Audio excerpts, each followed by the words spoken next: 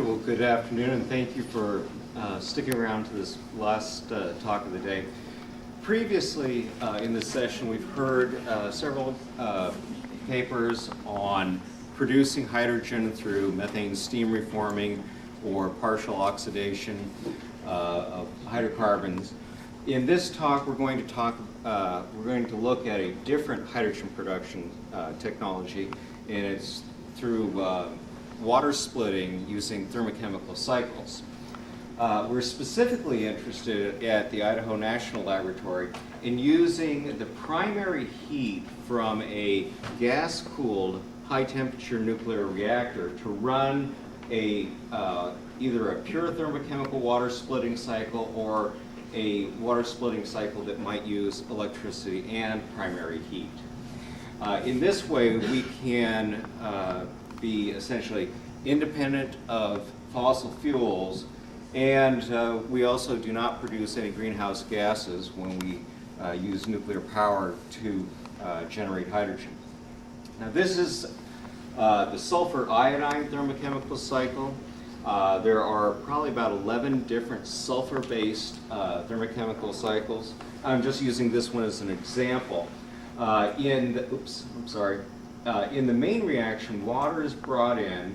It reacts with the recycled chemicals, the iodine, the sulfur dioxide, to produce sulfuric acid and hydroiodic acid. In the sulfur iodine cycle, the HI then decomposes to produce the hydrogen and recycle the iodine. And on the sulfur side, the sulfuric acid decomposes to produce the oxygen and regenerate the SO2 in water for the cycle. Another cycle that is of high interest to the Department of Energy is the hybrid cycle, and we also have the catalytic high temperature sulfuric acid decomposition reaction as in the previous cycle, but in this relatively low temperature reaction, we have an electrolysis step where we do an electrolysis of SO2 to produce sulfuric acid and produce the hydrogen. And this uses much less electricity than common water electrolysis, which I believe has a open cell voltage potential of about 1.2 electron volts. So this cycle has a lot of interest also.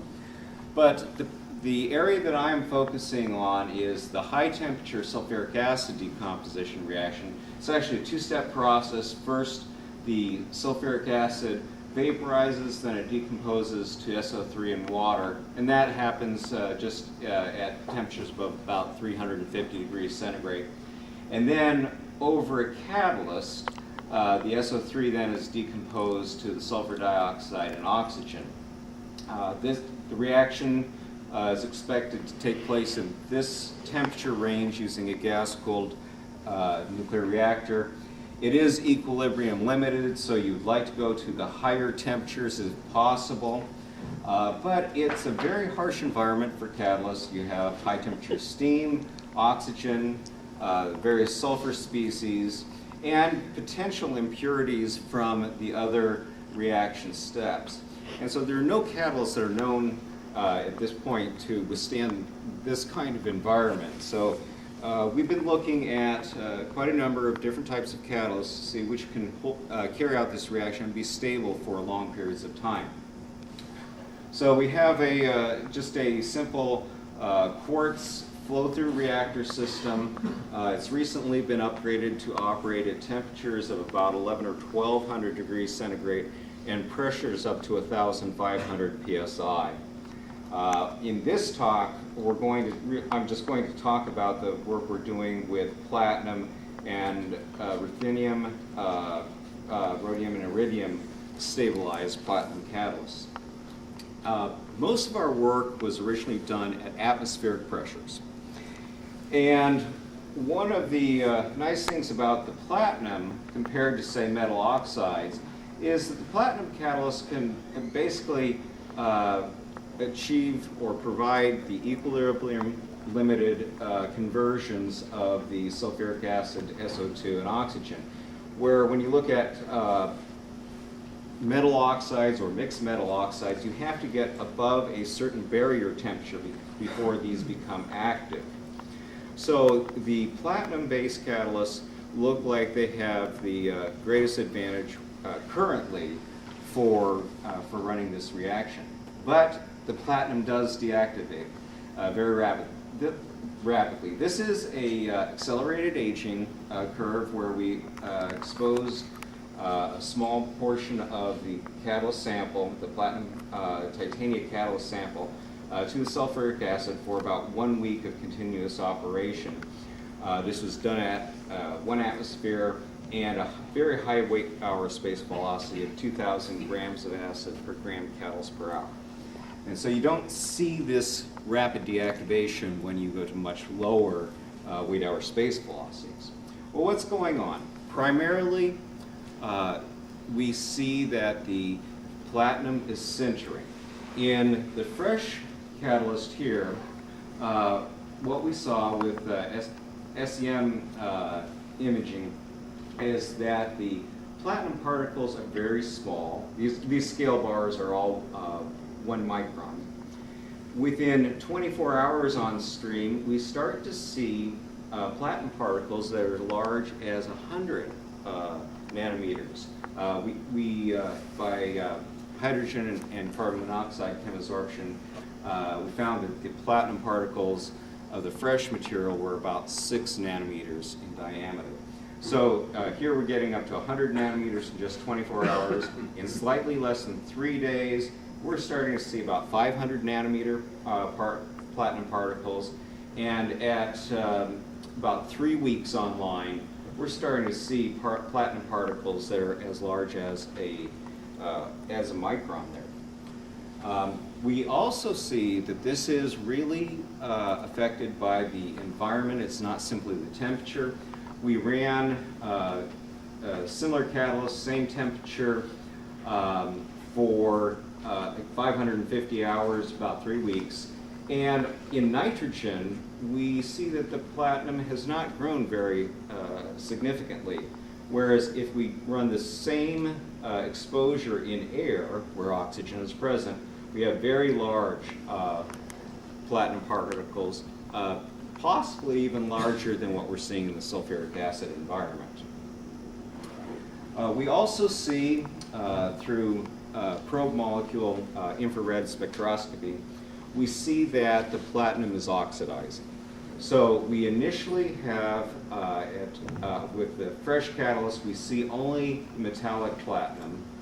But then here at 24 hours, we see the metallic platinum, platinum plus 1, platinum plus 2.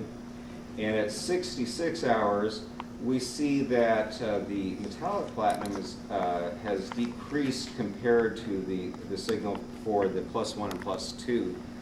And then at 100 hours and beyond, we simply don't see this. It's presumably because the platinum particles have agglomerated so significantly that we really don't have a good surface analysis. Not that the platinum has gone away. However, that is part of the deactivation mechanism. One, we see that the titania, which has actually been the best catalyst, best support that we've worked with so far, still has a decline in surface area over time. We also see that platinum is actually being extracted, is vaporizing from the surface. And we see metallic platinum downstream in the reactor where the gases begin to cool off. And we also measure platinum in the unreacted sulfuric acid that we collect downstream. So we do definitely have the platinum, we have the platinum sintering, and of course the platinum oxidation that's going on. So these are the mechanisms for the deactivation. But if you run at a large enough excess of the catalyst, you essentially can mask the deactivation, or rather you can operate your reactor for a long enough period of time to make this practical. This study was done over about 31 days, we had an average weight-hour space velocity of 8.8 grams of acid per gram catalyst per hour, so much, much less than what I showed you before at 2,000. We were also cycling the temperature is shown here. We were cycling it from 750 to 800 to 850 and back again. And we were also cycling the weight-hour space velocity. We brought this up to about 19 grams of acid per gram catalyst per hour. And what we saw is that we were able to hit the equilibrium concentrations over 31 days. Now, another way to look at this is the entire signal that we had for the 31 days. This is just using 1 gram of catalyst, the 8.8 weight-hour space velocity. Here we used 50 milligrams, and you can see that we have much higher activity than what's necessary to reach equilibrium.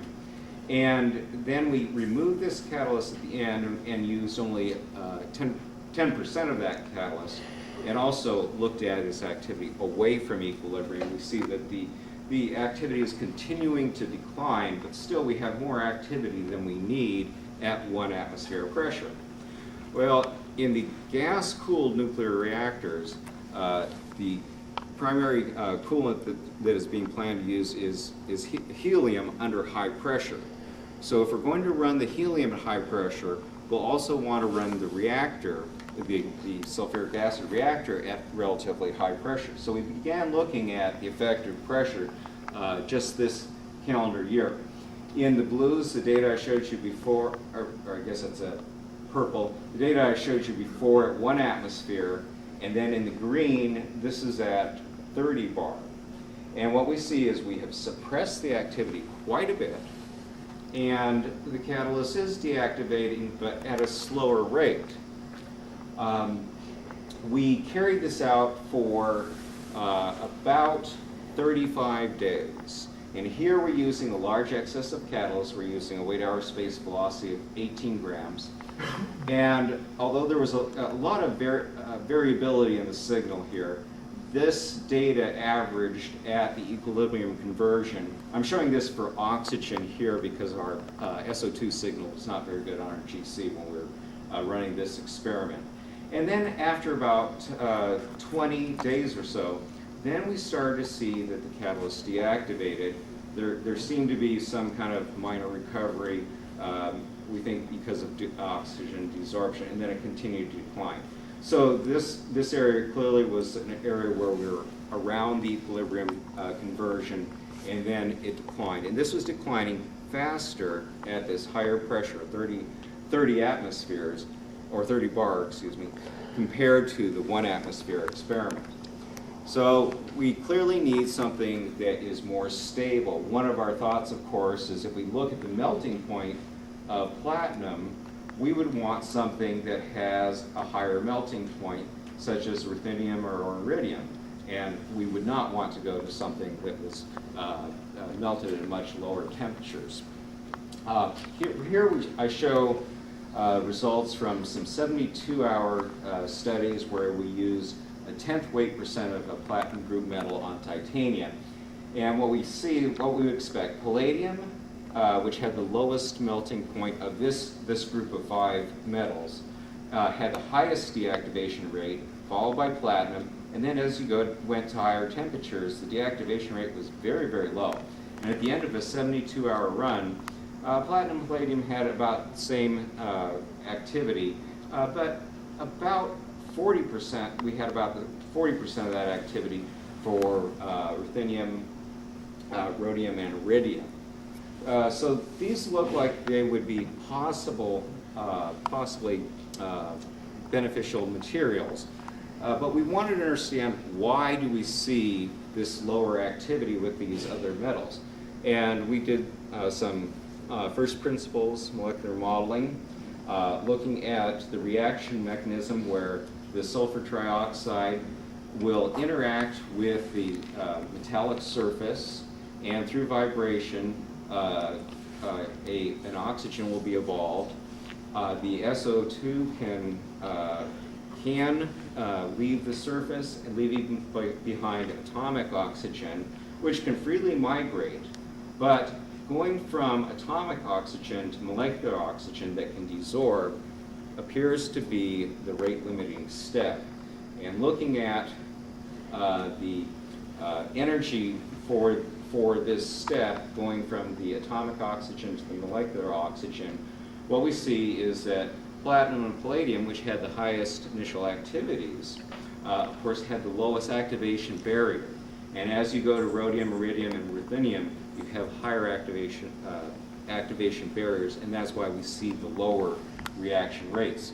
So we started to think, well, can we combine and help stabilize platinum by adding these high molecular weight materials?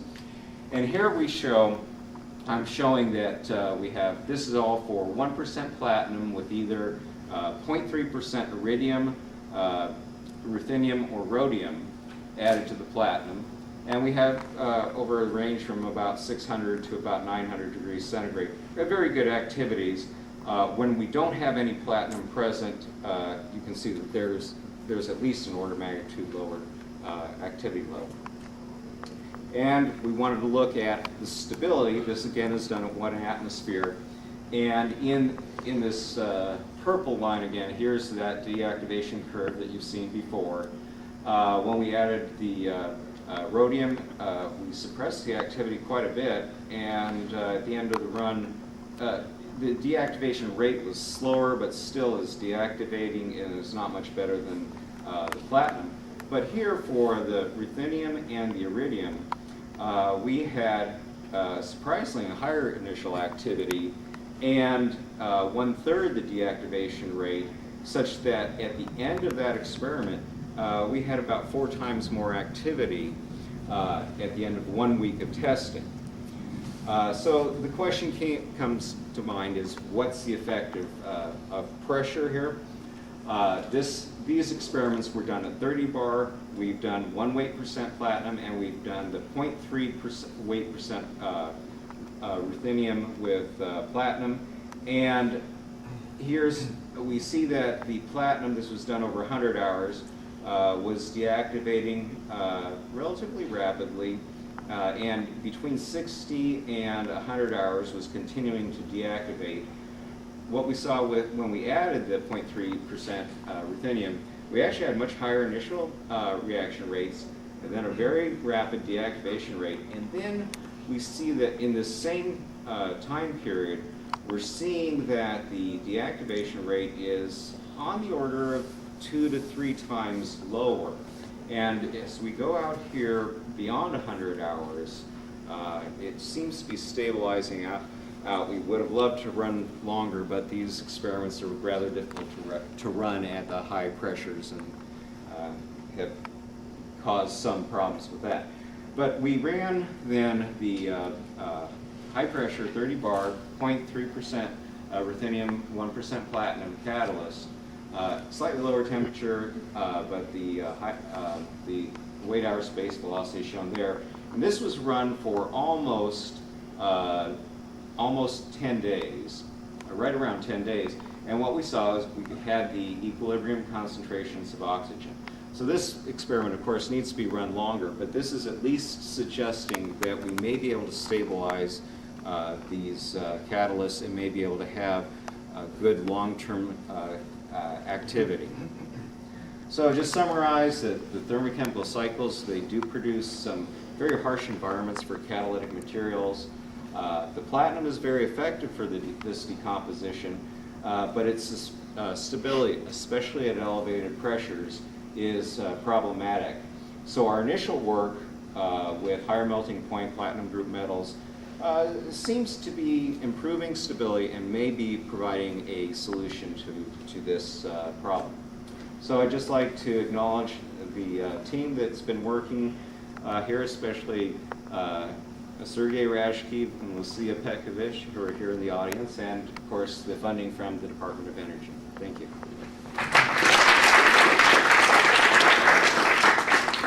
Actually, we have time for one quick question at the end of the day. So, yes. If you Why did you choose titanium as your support? We actually went through quite a number of different supports, silica, alumina, alpha alumina, gamma alumina, and we found that titania, with the same platinum loading, that the titania provided the best stability, had the least amount of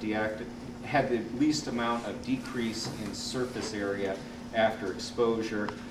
In addition, what really led us to this, I'd love to take credit for that, but Norman et al. Back in the early 1980s published a paper where it was primarily work done by General Atomics, who had developed the sulfur iodine cycle, and they had looked at quite a number of different supports, and their conclusion at that time was titanium. When we went and repeated that work, we also found that titanium stood up well. Let's thank Daniel one more time. With that, let me close this session. Thank you very much for